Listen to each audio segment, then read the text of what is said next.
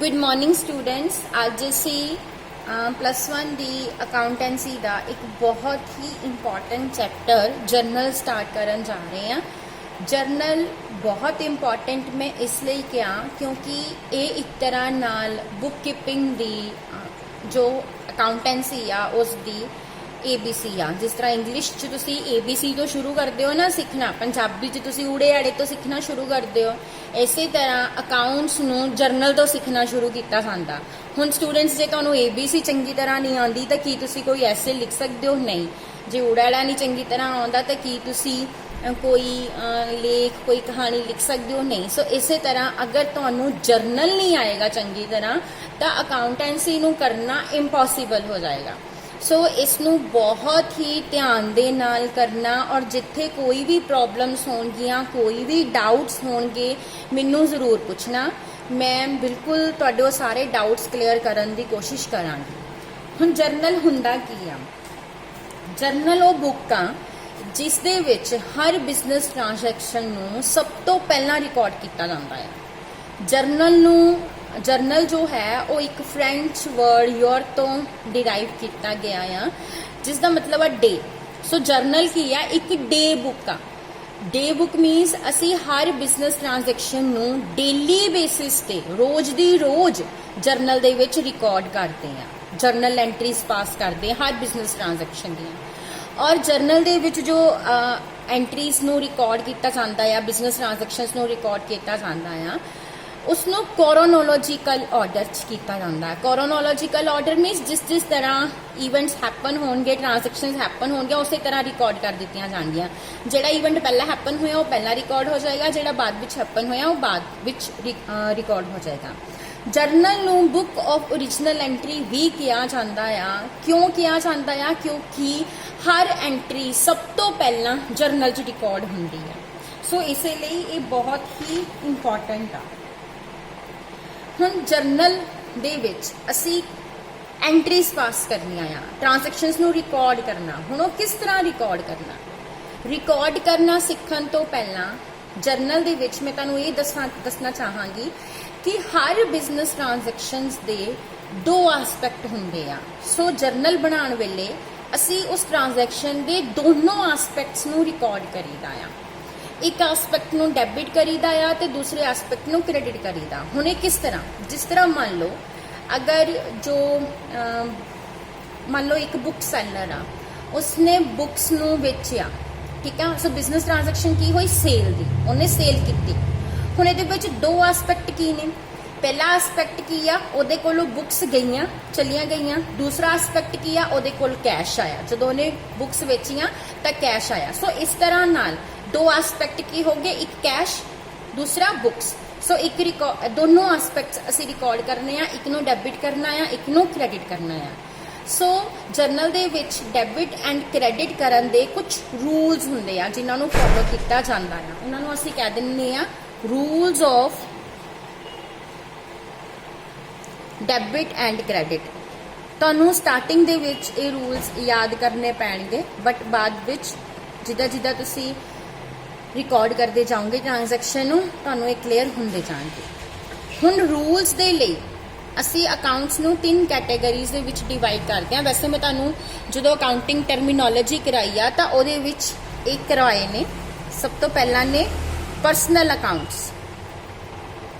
Personal accounts में तुहानू दस्से सी किहड़े अकाउंट्स ने, जिहड़े परसनस दे अकाउंट्स ने, ठीक है। इहदे विच आर्टिफिशियल परसनस भी आ जाते हैं, नैचुरल परसनस भी आ जाते हैं, रिप्रजेंटेटिव परसनस भी आ जाते हैं। जिन्हां नू तुसी उधार ते समान बेच रहे हो, जिन्हां तो तुसी उधार ते समान खरीद रहे हो, जिन्हां नू तुसी कैश पे कर रहे हो, जिन्हां तो तुसी कैश लै रहे हो, वो सारे परसनस ने। उन्हां दे अकाउंट्स नू की कहंदे आ असी? Personal accounts. So personal account नू रिकॉर्ड करन दा की रूल हुंदा आ? डेबिट एंड क्रेडिट दा। डेबिट द रिसीवर, जो रिसीवर होएगा बिजनेस तो जो रिसीव करेगा, जिसनों मिलेगा उसनों डेबिट कर देना। क्रेडिट द गिवर, और जो गिवर आ जो बिजनेस नू दे रहा आ उसनों की कर देना? क्रेडिट कर देना। So debit the receiver, credit the giver. कोई देगा कोई लएगा, ਜਿਹੜਾ ਲੈ ਰਿਹਾ ਉਹਨੂੰ ਡੈਬਿਟ ਕਰਾਂਗੇ ਬਿਜ਼ਨਸ ਨੂੰ, ਜਿਹੜਾ ਬਿਜ਼ਨਸ ਨੂੰ ਦੇ ਰਿਹਾ ਉਹਨੂੰ ਕੀ ਕਰਾਂਗੇ, ਕ੍ਰੈਡਿਟ ਕਰਾਂਗੇ। ਔਰ ਇਸ ਰੂਲ ਨੂੰ ਫੋਲੋ ਕਰਨ ਵੇਲੇ ਜੋ ਆਪਣੀਆਂ ਜਿਹੜੀਆਂ ਬੁੱਕਸ ਨੇ ਉਸਨੇ ਆਪਣੇ ਆਪ ਨੂੰ ਇਗਨੋਰ ਕਰ ਦੇਣਾ। ਉਹਨੇ ਇਹ ਨਹੀਂ ਦੇਖਣਾ ਕਿ ਜਿਸ ਤਰ੍ਹਾਂ ਮੰਨ ਲਓ ਤੁਹਾਡੀਆਂ ਬੁੱਕਸ ਨੇ ਤਾਂ ਤੁਸੀਂ ਇਹ ਨਹੀਂ ਦੇਖਣਾ ਕਿ ਤੁਸੀਂ ਲੈ ਰਹੇ ਹੋ ਜਾਂ ਦੇ ਰਹੇ ਹੋ, ਨੋ। ਇਸ ਰੂਲ ਨੂੰ ਫੋਲੋ ਕਰਨ ਲੱਗੇ ਅਦਰ ਪਾਰਟੀ ਬਾਰੇ ਸੋਚਣਾ ਕਿ ਅਦਰ ਪਾਰਟੀ ਲੈ ਰਹੀ ਆ ਜਾਂ ਦੇ ਰਹੀ ਆ। ਜੇ ਲੈ ਰਹੀ ਆ ਤਾਂ ਡੈਬਿਟ ਕਰਾਂਗੇ, ਜੇ ਦੇ ਰਹੀ ਆ ਤਾਂ ਕ੍ਰੈਡਿਟ ਕਰਾਂਗੇ। ਸੈਕਿੰਡ ਕੈਟੇਗਰੀ ਜੋ ਅਕਾਊਂਟਸ ਦੀ ਆ ਉਹ ਹੈਗੀ ਆ ਰੀਅਲ ਅਕਾਊਂਟਸ। ਰੀਅਲ ਅਕਾਊਂਟਸ ਮੈਂ ਤੁਹਾਨੂੰ ਦੱਸਿਆ ਸੀ ਲਾਈਕ ਪ੍ਰੋਪਰਟੀਜ਼ ਹੋ ਗਈਆਂ, ਸਾਰੇ ਟੈਂਜੀਬਲਸ ਐਂਡ ਇਨਟੈਂਜੀਬਲਸ, ਉਹਨਾਂ ਨੂੰ ਅਸੀਂ ਰੀਅਲ ਅਕਾਊਂਟਸ ਕਹਿ ਦਿੰਦੇ ਆ। ਰੀਅਲ ਅਕਾਊਂਟਸ ਦਾ ਕੀ ਰੂਲ ਆ, ਡੈਬਿਟ what comes in, ਜੋ ਬਿਜ਼ਨਸ ਚਾਹੇਗਾ, ਜੋ ਵੀ ਆ ਰਿਹਾ ਉਹਨੂੰ ਡੈਬਿਟ ਕਰਨਾ। ਕ੍ਰੈਡਿਟ what goes out, ਜੋ ਬਿਜ਼ਨਸ ਚੋਂ ਜਾਏਗਾ ਉਹਨੂੰ ਕ੍ਰੈਡਿਟ ਕਰ ਦੇਣਾ। ਸੋ ਜਿਸ ਤਰ੍ਹਾਂ ਮੈਂ ਤੁਹਾਨੂੰ ਹੁਣੀ ਦੱਸਿਆ ਵੀ ਬੁੱਕ ਸੈਲਰ ਨੇ ਬੁੱਕਸ ਵੇਚੀਆਂ, ਸੋ ਜਦੋਂ ਬੁੱਕਸ ਵੇਚੀਆਂ ਕੈਸ਼ ਆਇਆ, ਸੋ ਕੈਸ਼ ਨੂੰ ਡੈਬਿਟ ਕਰ ਦੇਣਾ। ਬੁੱਕਸ ਚਲੀਆਂ ਗਈਆਂ, ਸੋ ਬੁੱਕਸ ਨੂੰ ਕ੍ਰੈਡਿਟ ਕਰ ਦੇਣਾ। So debit what comes in, credit what goes out। And ਤੀਸਰੀ ਕੈਟੇਗਰੀ ਹੈ ਅਕਾਊਂਟਸ ਦੀ ਨੋਮੀਨਲ ਅਕਾਊਂਟਸ। ਇਹ ਵੀ ਮੈਂ ਤੁਹਾਨੂੰ ਐਕਸਪਲੇਨ ਕੀਤੇ ਸੀ। ਨੋਮੀਨਲ ਅਕਾਊਂਟਸ ਹੈਗੇ ਨੇ ਤੁਹਾਡੇ ਸਾਰੇ ਐਕਸਪੈਂਸਿਸ ਐਂਡ ਇਨਕਮਸ ਦੇ ਅਕਾਊਂਟ। ਸੋ ਇਹਦਾ ਕੀ ਰੂਲ ਆ, debit all the expenses and losses, ਜਿੰਨੇ ਵੀ ਐਕਸਪੈਂਸ ਨੇ ਤੇ ਲੌਸਿਸ ਨੇ ਉਹਨਾਂ ਸਾਰਿਆਂ ਨੂੰ ਡੈਬਿਟ ਕਰਨਾ। ਐਕਸਪੈਂਸਿਸ ਲਾਈਕ ਰੈਂਟ ਹੋ ਗਿਆ, ਸੈਲਰੀਜ਼ ਹੋ ਗਈਆਂ, ਵੇਜਿਸ ਹੋ ਗਈਆਂ, ਇਲੈਕਟ੍ਰਿਸਿਟੀ ਚਾਰजेस ਹੋ ਗਏ, ਡੈਪਰੀਸੀਏਸ਼ਨ ਹੋ ਗਈ, ਇਹ ਸਾਰੇ ਡੈਬਿਟ ਹੋਣਗੇ। ਇਸੇ ਤਰ੍ਹਾਂ ਕੋਈ ਲਾਸ ਹੋਇਆ ਉਹ ਵੀ ਡੈਬਿਟ ਹੋਏਗਾ। ਤੇ ਕ੍ਰੈਡਿਟ ਕਿਹਨੂੰ ਕਰਨਾ, credit all the incomes and gain and profits, ਜਿੰਨੀਆਂ ਵੀ ਇਨਕਮ ਨੇ ਬਿਜ਼ਨਸ ਨੂੰ, ਰੈਂਟ ਰਿਸੀਵ ਕੀਤਾ, ਇੰਟਰਸਟ ਰਿਸੀਵ ਕੀਤਾ, ਡਿਵੀਡੈਂਡ ਰਿਸੀਵ ਕੀਤਾ, ਸਾਰੀਆਂ ਇਨਕਮਸ ਨੇ, ਇਹਨਾਂ ਨੂੰ ਕ੍ਰੈਡਿਟ ਕਰਨਾ। ਔਰ ਅਗਰ ਕੋਈ ਪ੍ਰੋਫਿਟ ਹੋਇਆ, ਕੁਝ ਵੇਚਿਆ ਉਹਦੇ ਤੇ ਪ੍ਰੋਫਿਟ ਹੋਇਆ, ਉਸ ਨੂੰ ਕ੍ਰੈਡਿਟ ਕਰਨਾ। ਸੋ ਇਹ ਤਿੰਨ ਮੇਜਰ ਅਕਾਊਂਟਸ ਨੇ ਔਰ ਇਹਨਾਂ ਰੂਲਸ ਦੇ ਬੇਸਿਸ ਤੇ ਹੀ ਅਸੀਂ ਡੈਬਿਟ ਐਂਡ ਕ੍ਰੈਡਿਟ ਕਰਾਂਗੇ।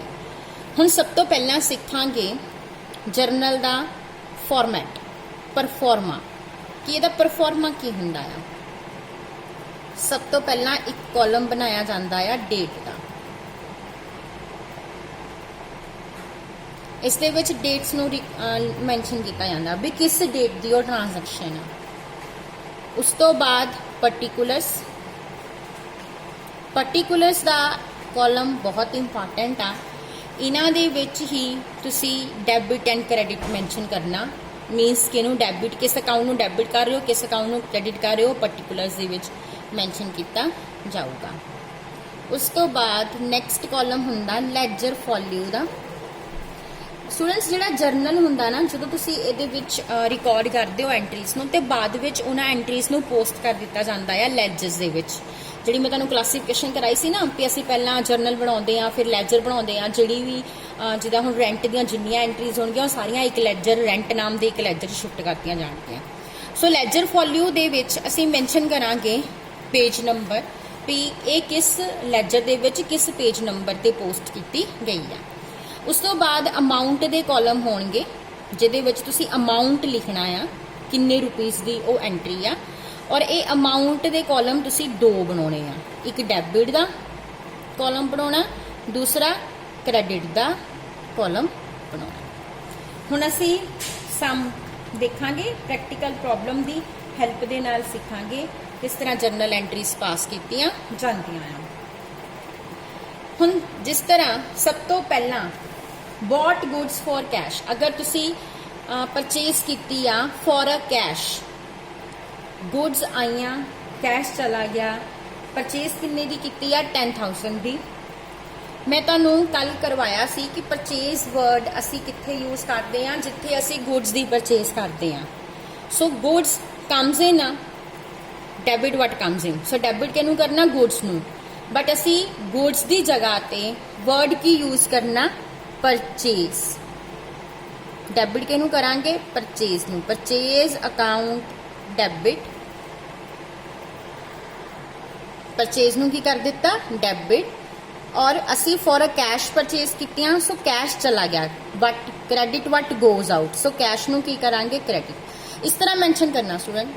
डेबिट नूं लिखण लई आपां बिल्कुल जो लैफ्ट साइड आ कॉलम दी उत्थों शुरू करना, परचेज अकाउंट डेबिट कित्थे जाके लिखना, बिल्कुल राइट साइड पे जाके, और टू असी जिथों शुरू किया ना डेबिट नूं उतों बिल्कुल थोड़ी जी जगह छड्ड के नैक्सट शुरू करना है टू, फिर की लिखना जो क्रेडिट कर रहे हैं, किनू कर रहे हैं, कैश नूं, कैश अकाउंट। सो डेबिट के मोरे तो DR आंदा, बट क्रेडिट नूं असी टू दे नाल ही लिखते हैं, ये मोरे कोई क्रेडिट वर्ड यूज नहीं किया जाता। सो इस तरह नाल इनू रिकॉर्ड करना। हुण अमाउंट है 10,000, सो जिन्हों तुसी डेबिट कर रहे हो उहदे मोरे डेबिट के कॉलम 10,000 लिख देना, तो जिन्हों तुसी क्रेडिट कर रहे हो कैश नूं उहदे मोरे क्रेडिट के कॉलम 10,000 लिख देना।